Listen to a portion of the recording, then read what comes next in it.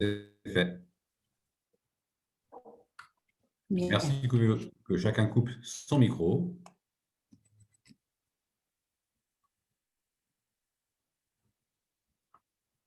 Alors, on y va.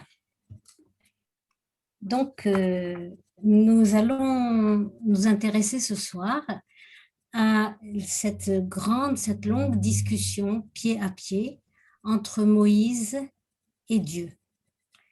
Au chapitre 3 et 4, vous vous rappelez que nous avions vu la dernière fois le début, enfin du moins la rencontre au buisson, au Sné, au buisson qui brûle mais qui n'est pas dévoré, qui ne se consume pas. Et c'était vraiment la rencontre puisque c'était l'interpellation divine à Moïse avec toutes sortes avec une surprise en fait de Moïse, une surprise qui était manifestée devant ce buisson qui ne se consumait pas.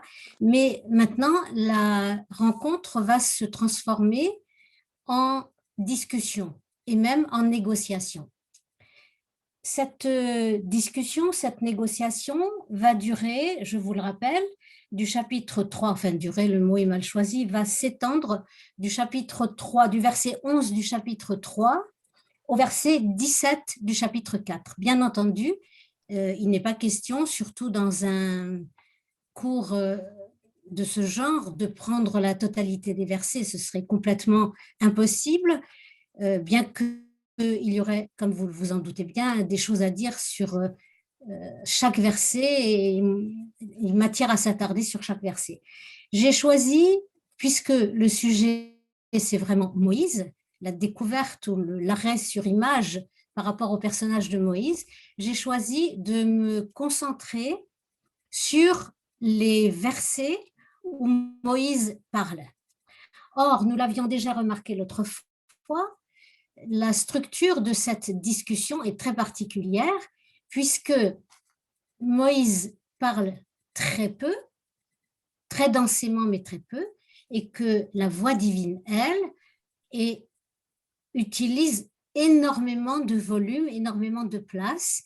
Et donc, mais nous allons voir à travers les versets où Moïse s'exprime et de façon plus rapide à travers certains points des réponses divines, nous allons essayer de creuser un certain nombre d'aspects ou de découvrir un certain nombre d'aspects de Moïse. Alors, dans cette discussion, Moïse va parler à 5 reprises.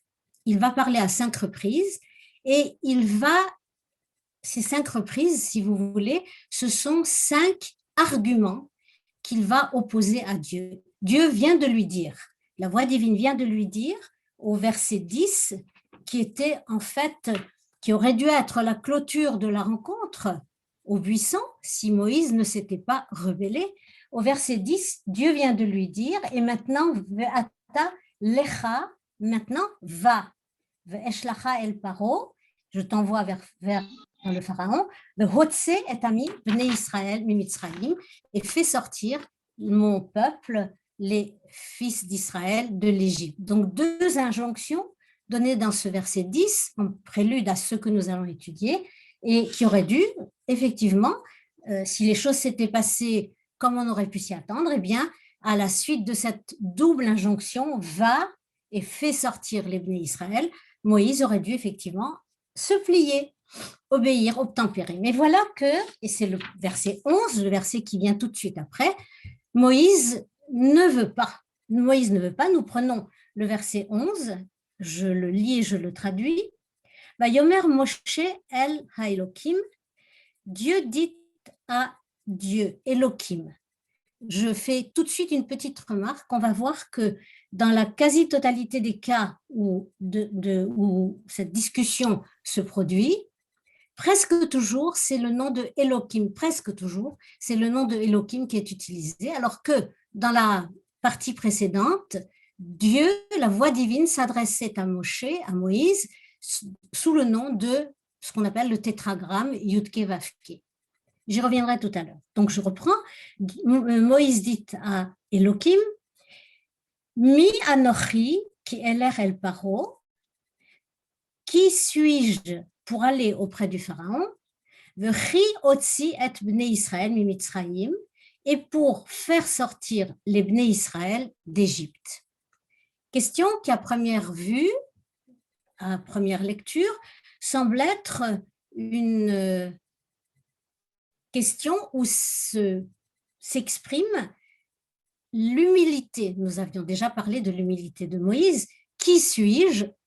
Question oratoire, bien sûr, qui signifie je ne suis rien, ou en tout cas, je ne suis pas apte ou je ne suis pas suffisant pour faire sortir les fils d'Israël d'Égypte. En vérité, il y a deux questions, c'est Rachi qui nous explique la chose.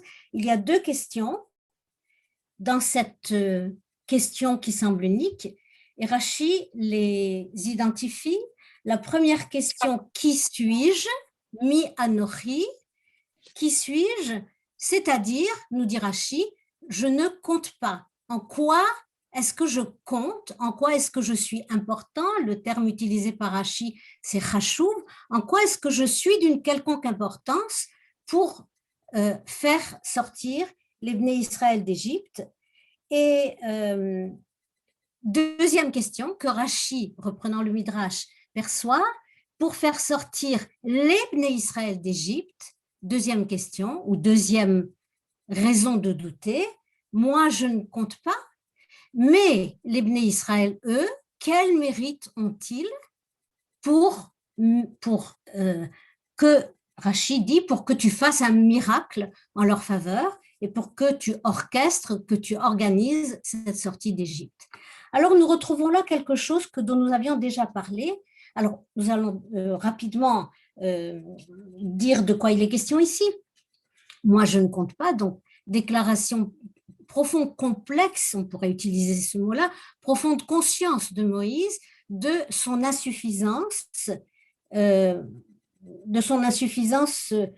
je dirais, sociale.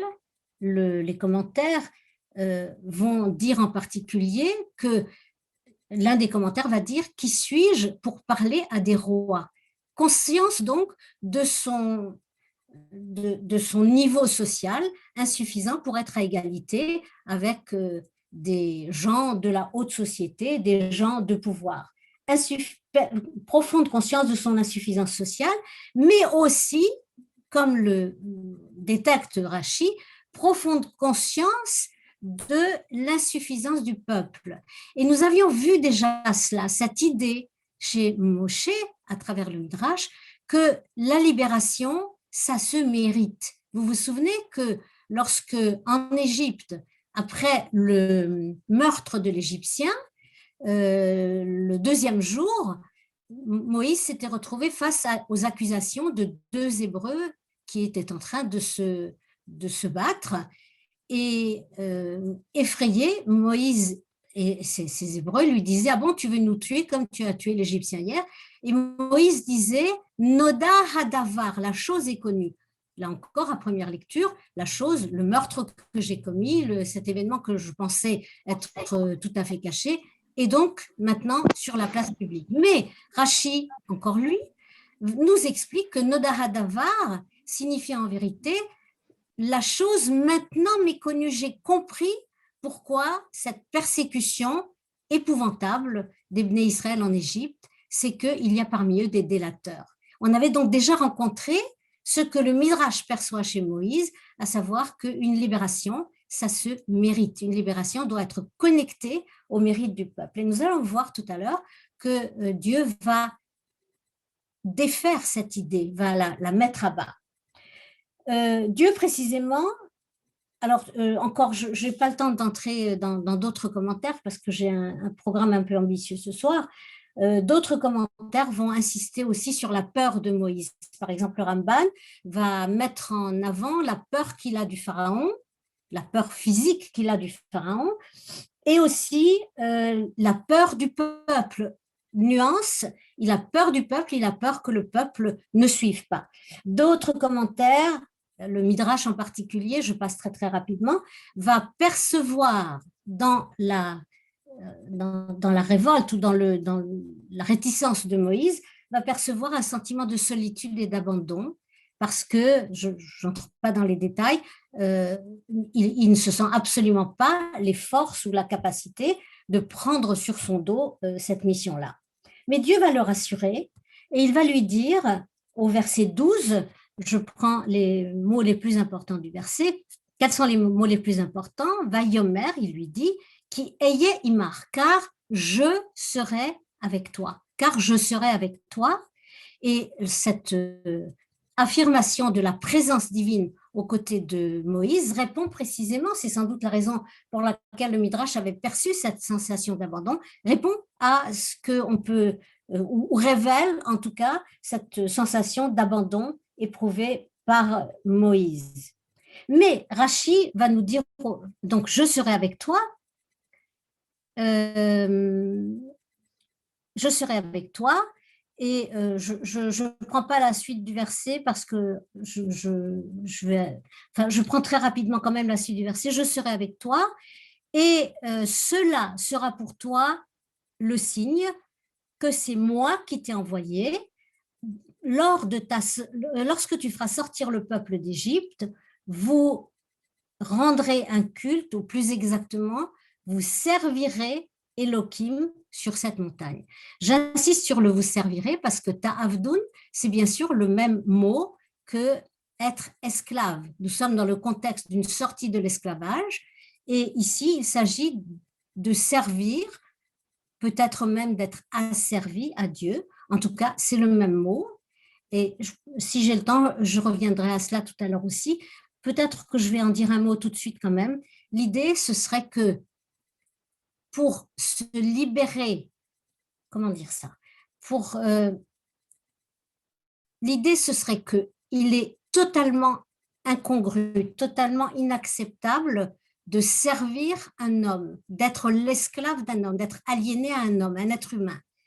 Et que le contraire de l'aliénation à un être humain, c'est le service divin.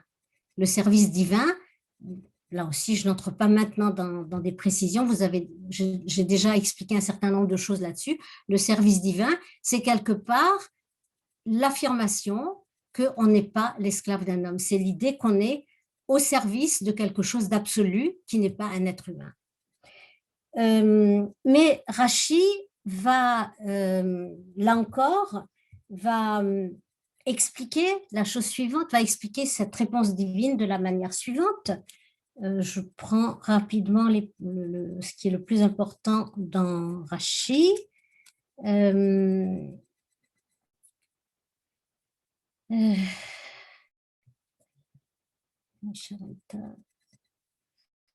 Voilà, c'est ça.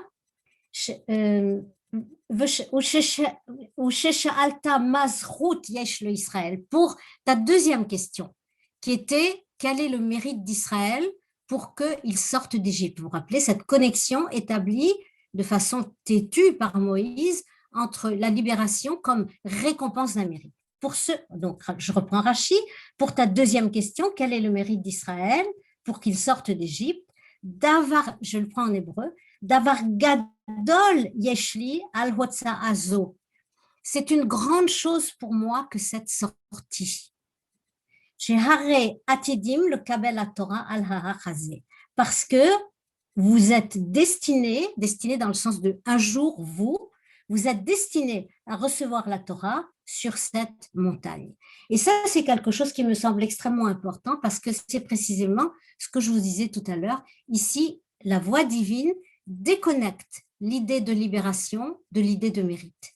La libération, ça ne se mérite pas. La libération, c'est quelque chose d'absolu, c'est quelque chose qui est nécessaire, c'est quelque chose qui conditionne l'humanité de quelqu'un. Libération, bien entendu, dans tous les sens du terme, libération politique, c'est certain, mais libération, effort de libération de chacun, de chacune, dans son fort intérieur, par rapport à tous les carcans, tous les déterminismes, toutes les idoles, je le dis comme ça, toutes les idoles qui l'empêchent d'accéder à la liberté.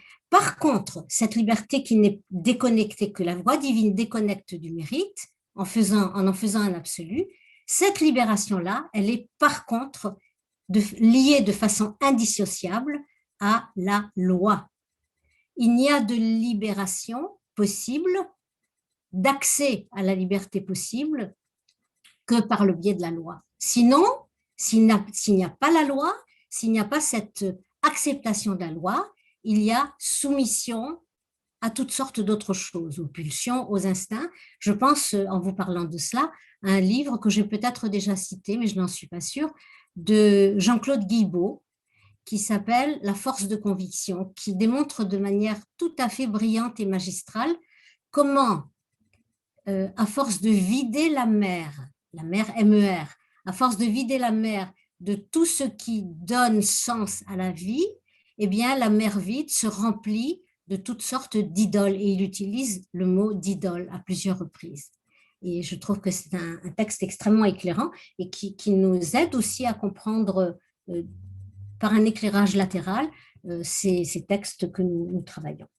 Donc, je passe maintenant à la deuxième question. Bon, ça va, je n'ai pas trop traîné sur la première, bien que, évidemment, il y aurait beaucoup d'autres choses à dire, mais je trouve qu'il faut passer à la deuxième question. La deuxième question, c'est celle, alors là, nous sommes au verset 13. Première question, c'est le verset 11. La réponse divine expliquée par Rachid, c'est le verset 12.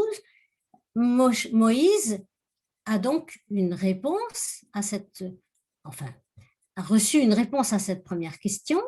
Dieu lui a dit, au fond, il lui a dit, c'est un autre aspect de la réponse de Rachid, il lui a dit, tu demandes Mi Anochi, qui suis-je, mais il ne s'agit pas de toi, il s'agit de moi. Et c'est à cela que s'ajoute cette explication de Rachid. Il s'agit de moi, c'est de moi qu'il est question. Deuxième question, donc Moïse va demander, je prends le verset 13, Vayomer Moshe el Elokim, Hine anochi ba el bnei Israël, ve'amarti lahem Elokei avotechem shlachani alechem, ve'amru li ma shmo, ma omer alehem. Cette deuxième question, la première c'était qui suis-je, la première c'est qui es-tu? C'est la question de savoir, d'identifier d'où vient, qui est cette absolue, cette voix absolue qui parle à Moïse. Je traduis.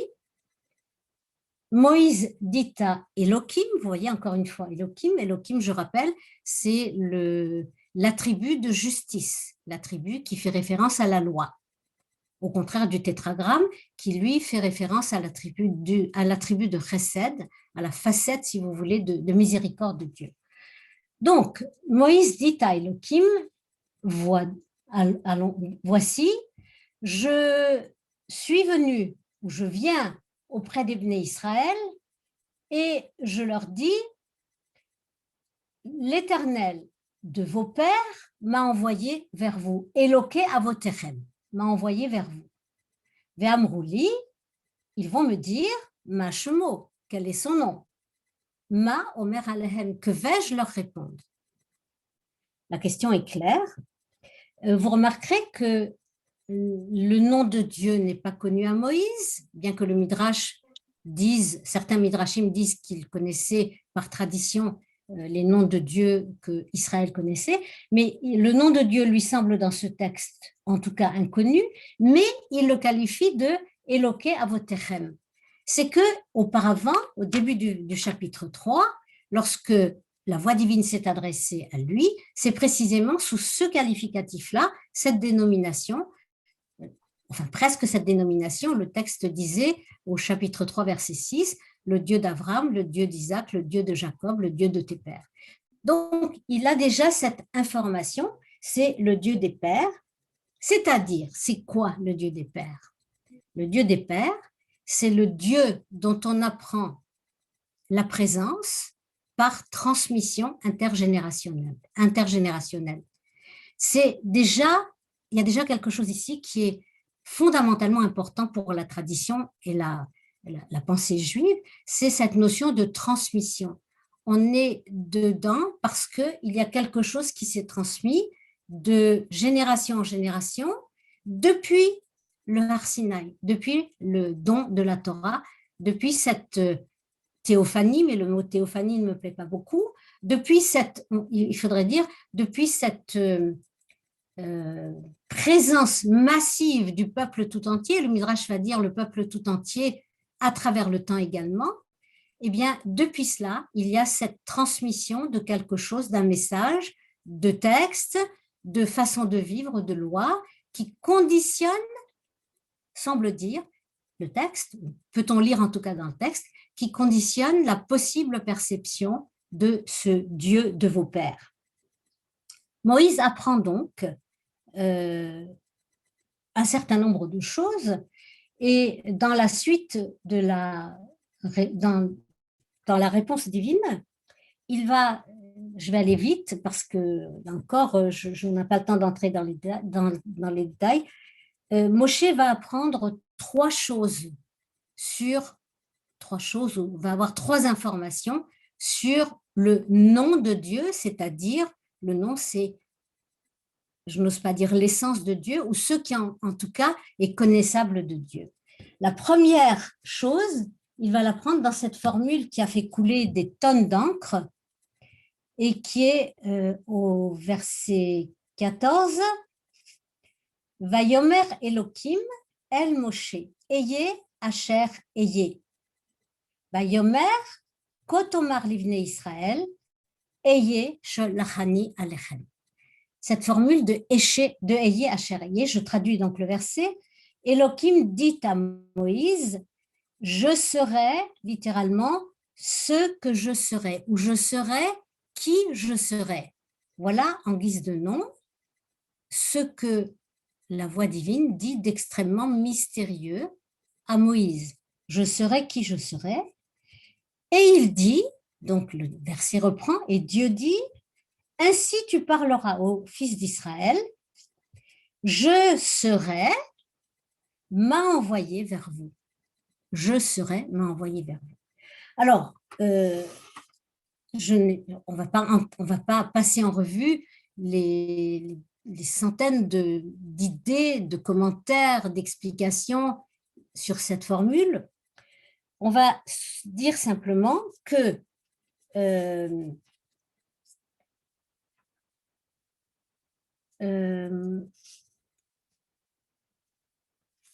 voilà. La première chose qu'on peut dire, c'est que c'est une formule extrêmement mystérieuse. Hein, et que ce que dit ce nom, je serai ce que je serai, en fait, il ne dit rien du tout. Premièrement, c'est une formule qui est au futur. Deuxièmement, c'est une formule qui est tautologique, c'est-à-dire que je serai qui je serai. La deuxième partie de la phrase, le prédicat, ne dit rien d'autre que répéter, ne fait rien d'autre que répéter le sujet. Donc, ce qu'on va dire dans un premier temps, c'est que ce Dieu-là est inconnaissable. Ce que la voix divine dit à Moïse ici, c'est que ce Dieu est inconnaissable. On ne peut pas le saisir par, on va dire, une appréhension intellectuelle, ou il échappe totalement à la saisie humaine. Et cette première information va être confirmée au verset 15, lorsque au verset 15, la voix divine va dire Zé Shemil Olam, ceci, c'est là mon nom à tout jamais, Zé Zirchi le Dorvador, et c'est là mon souvenir ou la mention de moi de génération en génération. Le Midrash, très finement, repris par Rashi, va lire Zeshemi le Olam, va le lire Zeshemi la Alem, c'est-à-dire c'est là mon nom à cacher. Mon nom à cacher. Le Midrash va dire que c'est de là qu'on tire qu'on n'a pas le droit de prononcer, de dire le nom, enfin le nom divin. Vous savez que le tétragramme, on ne le prononce pas, on le remplace dans la lecture par Adonai. C'est là mon nom à cacher, mais on peut dire aussi, c'est mon nom qui est caché. Je suis caché. On le verra plus tard, lorsque Moïse, beaucoup plus tard, demandera à Dieu de lui révéler, de lui révéler sa face, de lui révéler son visage. Dieu va lui dire, on ne peut pas me voir et rester en vie. Il y a cette idée de l'invisibilité, de l'inconnaissabilité, de l'impossibilité de contact physique ou visuel avec Dieu. Cette idée-là, elle est reprise partout. Donc, un Dieu inconnaissable, un Dieu aussi secourable, parce que Ayez Asher Ayeh, le Midrash va l'interpréter, mais Rashi le dira également, dans le sens je serai avec eux dans la détresse présente, dans leur détresse présente, comme je serai avec eux dans leur détresse future. Donc, deuxième aspect, un Dieu secourable. Et selon le Midrash, qui s'appuie sur le fait qu'il y a une reprise de Vayomer, il y a deux Vayomer dans ce verset, Dieu dit « je serai ce qui je serai » et il dit « ainsi tu diras au Bnei Israël ». Le Midrash va donc, à la faveur de cette répétition, le Vayomer est répété, semble indiquer qu'il y a eu une interruption entre les deux. Et l'interruption, c'est quoi? Eh bien, c'est l'intercalation d'une réponse imaginée par le Midrash, d'une réponse de Moïse qui dit « à chaque jour suffit sa peine ». C'est-à-dire, maintenant qu'ils sont dans la détresse, tu ne vas pas, aux dieux, leur dire qu'ils auront des détresses futures. Laisse-les dans leur détresse présente. Et alors, Dieu corrige, selon le Midrash, cette première dénomination, en lui disant « dis au Bnei Israël, je serai, moi appelé je serai, m'a envoyé vers vous. » D'accord? Donc, un Dieu secourable. Et le troisième point, c'est ce qu'on verra dans la suite de la réponse, lorsque Dieu va lui dire réunis les Bnei Israël, je ferai sortir, j'ai entendu, j'ai compris tout ce qui est arrivé aux Bnei Israël et je les ferai sortir, etc., etc. Eh bien, c'est un Dieu présent, c'est le troisième aspect que je vois et que le Midrash voit, un Dieu présent et agissant dans l'histoire. Un Dieu donc qu'on ne peut pas saisir, on l'a dit tout à l'heure, qui n'est pas un objet de spéculation intellectuelle ou de saisie intellectuelle, mais ou conceptuelle si vous voulez, mais qui est un Dieu dont on perçoit la présence dans le réel de l'histoire.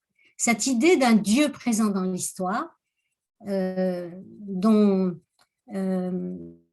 qui est effectivement extrêmement récurrente dans les textes juifs, va être développée par un historien, son nom m'échappe, Zachor Yerushalmi, l'historien Yerushalmi dans le livre Zachor. Et c'est un texte tout à fait passionnant où il montre que cette idée d'un Dieu présent dans l'histoire est quelque chose qui est en opposition complète, présente dans l'histoire, c'est-à-dire dans le temps, dans ce qui se passe, est en opposition complète avec le paganisme au cœur duquel le peuple s'est développé, le paganisme qui va sanctifier, sanctuariser, diviniser les lieux. La sanctification du temps et la présence de Dieu dans l'histoire, c'est quelque chose qui est une négation ou une réfutation de la présence de Dieu dans l'espace. Il faut lire Yerushalmi, c'est extrêmement intéressant. Donc, la parole divine continue à s'adresser à Moshe dans cette très longue réponse, en lui donnant l'ordre de parler aux anciens, d'aller trouver le pharaon, et en lui disant ce qui se passera, en lui annonçant ce qui se passera, en particulier l'entêtement, l'endurcissement de Pharaon, qui ne laissera pas sortir le peuple. Donc, si vous voulez, dans cette deuxième question, ou dans cette deuxième réponse à sa deuxième question, Moïse apprend en quelque sorte ce que l'on peut et doit savoir de Dieu.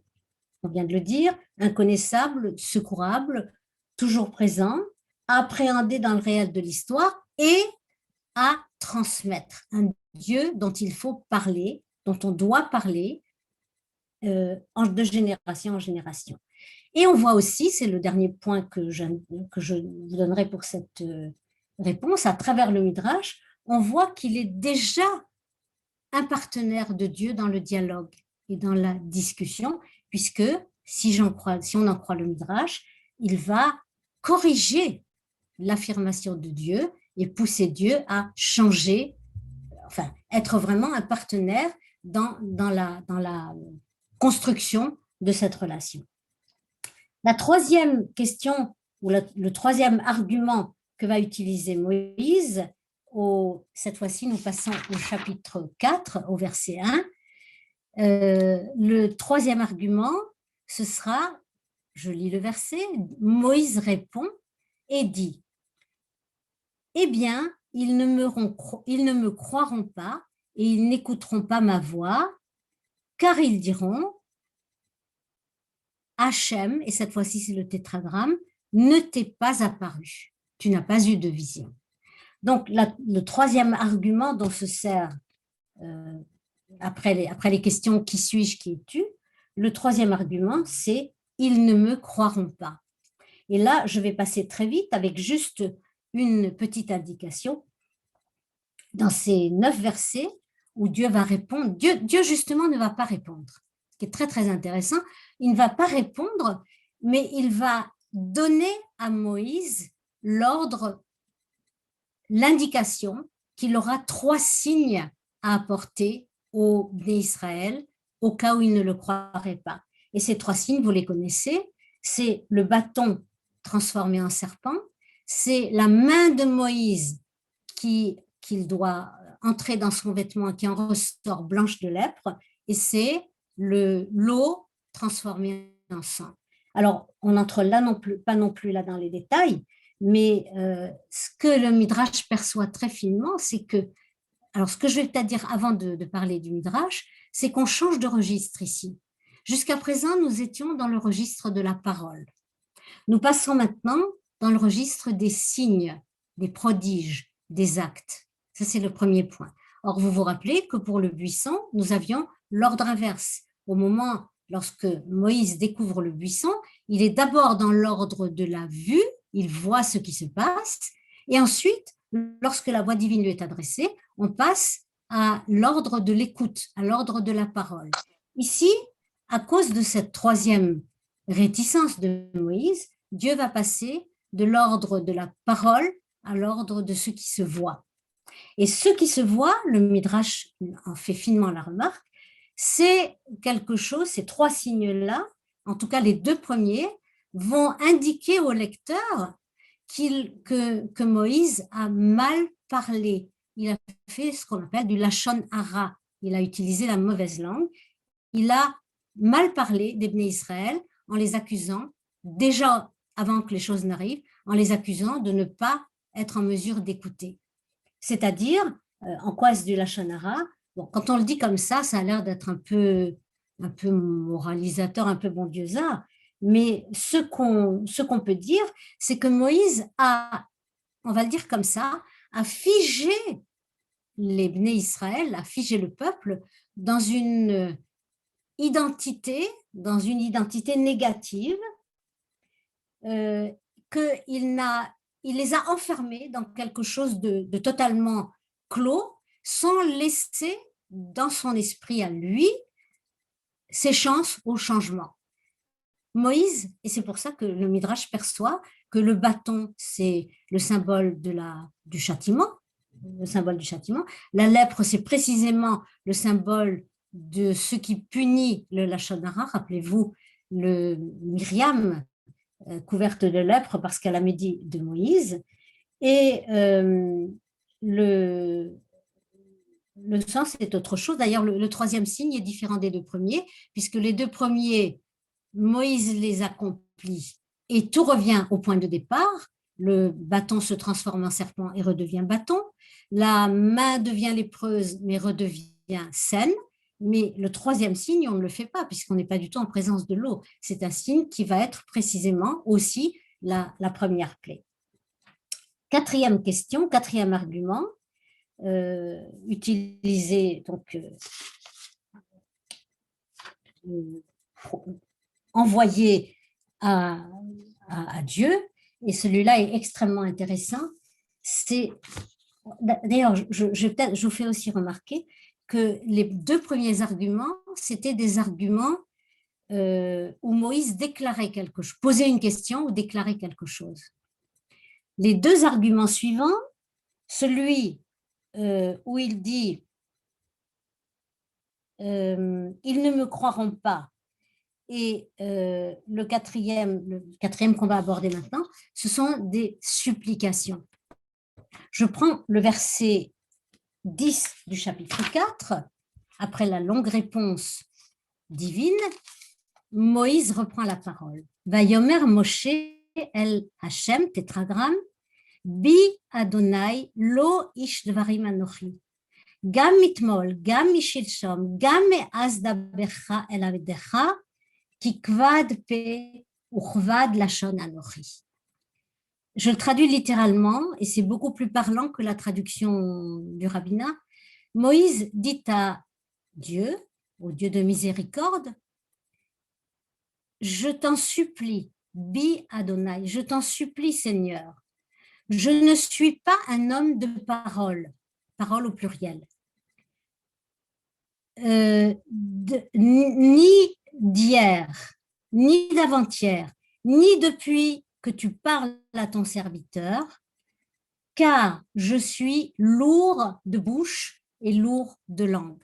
Alors, ce n'est pas très joli comme traduction, mais on sent en tout cas l'idée, la notion de supplication, on sent qu'on est vraiment dans une supplication et on est dans une affirmation de lui-même, une conscience de lui-même qui est maintenant plus précise. Je ne suis pas un homme de parole. Habituellement, on comprend, je ne sais pas parler. Vous vous rappelez ce midrash qui raconte que Moïse était devenu bègue après avoir pris des charbons ardents dans une épreuve un piège que lui avait tendu le pharaon.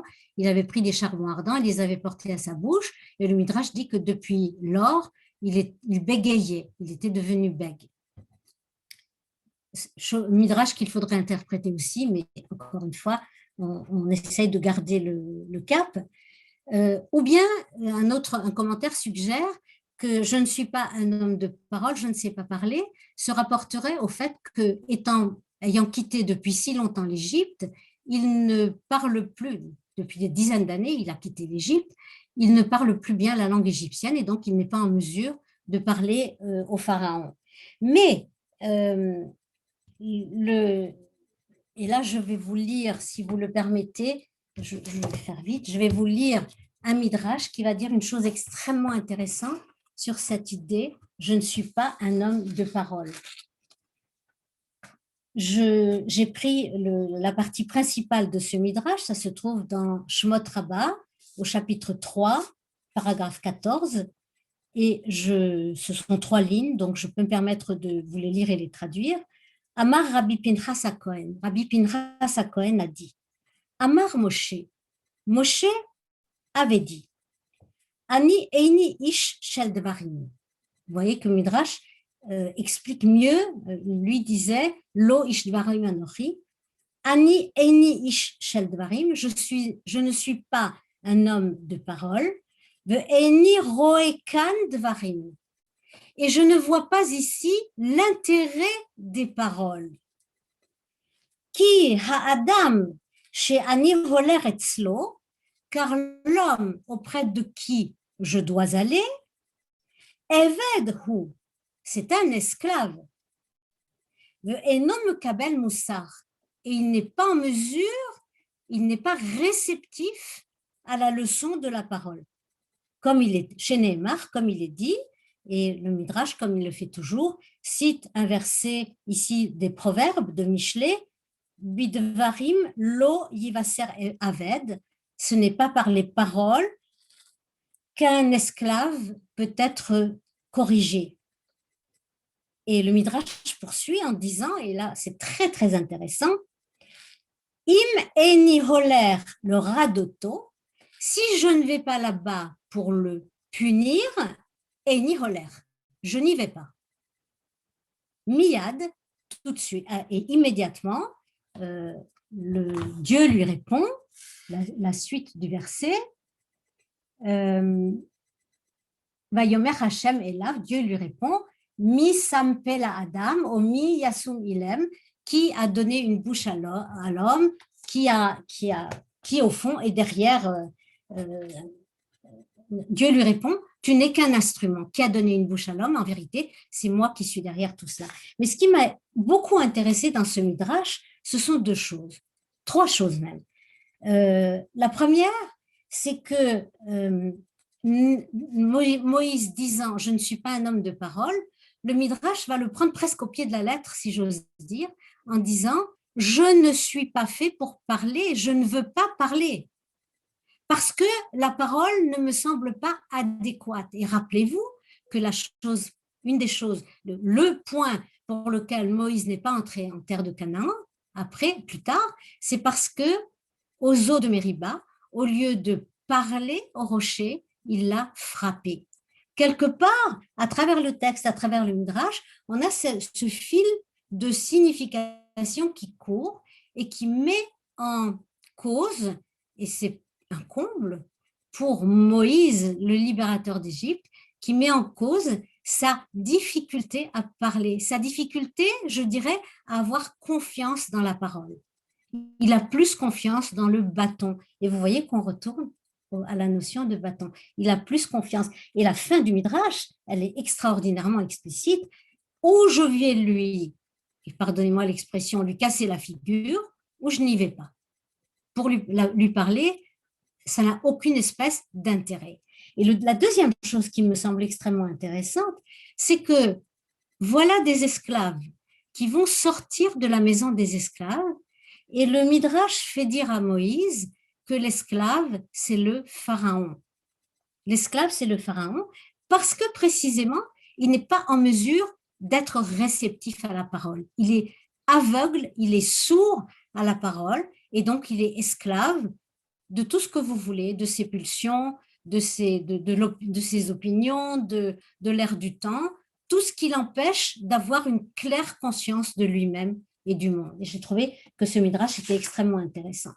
Le cinquième et dernier argument, ce n'est plus un argument, c'est une supplication pathétique. Moïse va dire, et je lis le verset 13 du chapitre 4, Vayomer bi Adonai, shlachna beyad tishlach. Un verset très court, mais on sent la détresse vraiment de Moïse à travers ces quelques mots.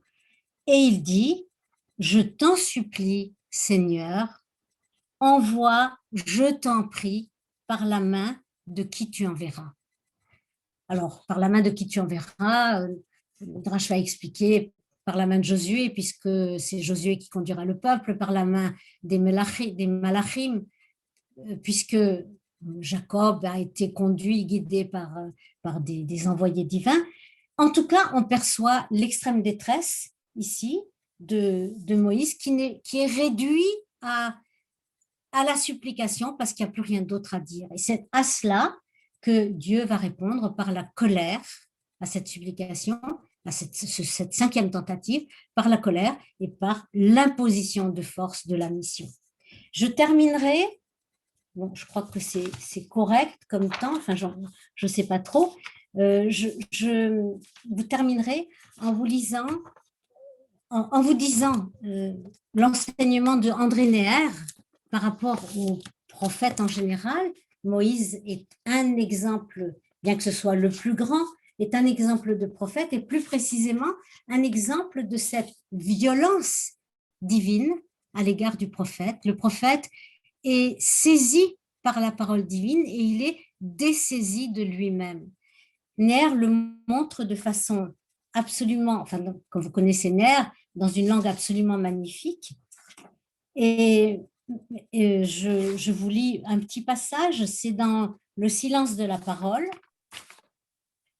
Il qualifie Moïse et les autres prophètes de sacrifier de l'espérance. Je lis un petit passage. De là découle l'un des aspects les plus tragiques de l'expérience des prophètes. Leur existence crée la liberté du dedans de la pire des servitudes. Vous voyez, on est tout le temps dans cette ambivalence esclave-libre. Aiguilleurs de l'histoire, ils le sont, certes, mais à la manière des aiguilleurs d'un convoi qui ne peut passer qu'en les écrasant. Je les comparerais volontiers à ces gardiens de phare qui maintiennent leurs lampes braquées sur les flots déchaînés par la tempête, eux-mêmes meurent, épuisés, la main crispée sur la lampe, mais le navire a franchi l'écueil et poursuit sa route. Ce sont les sacrifiés de l'espérance. Comme Samson, ils meurent captifs, mais non avec les Philistins, avec la liberté. Elle surgit victorieuse des ruines qui les recouvrent. Je pourrais vous lire la suite aussi, mais manque de temps toujours. Et ce sera vraiment mon dernier texte, si vous voulez, pour illustrer cela. C'est un texte de Jérémie. Jérémie est un des prophètes qui se battent aussi contre l'imposition de cette mission. Vous connaissez bien sûr Jonas qui fuit, Ézéchiel qui pendant 4 chapitres oppose le silence à Dieu, refuse de lui parler, et Jérémie qui dit, je le lis en français pour aller plus vite, au chapitre 20, verset 7, « Tu m'as séduit, ô Hachem, et j'ai été séduit. Tu m'as pris de force et tu l'as emporté. Je suis objet de risée chaque jour. Tous se moquent de moi. Chaque fois que je parle, je crie à la violence et à l'oppression. Je me disais, je ne veux pas me souvenir de lui, c'est-à-dire de Dieu. Je ne veux pas me souvenir de lui et je ne parlerai plus en son nom. Mais il y avait dans mon cœur comme un feu brûlant, enfermé dans mes os, et je me fatiguais à le dompter et je n'y arrivais pas. Et c'est une manière magnifique d'exprimer ce conflit douloureux, épuisant à l'intérieur du prophète entre cette voix qui l'aliène, qui prend totalement possession de lui, et son désir profond qui est de s'en débarrasser. Le cri pathétique des prophètes. Merci de votre écoute.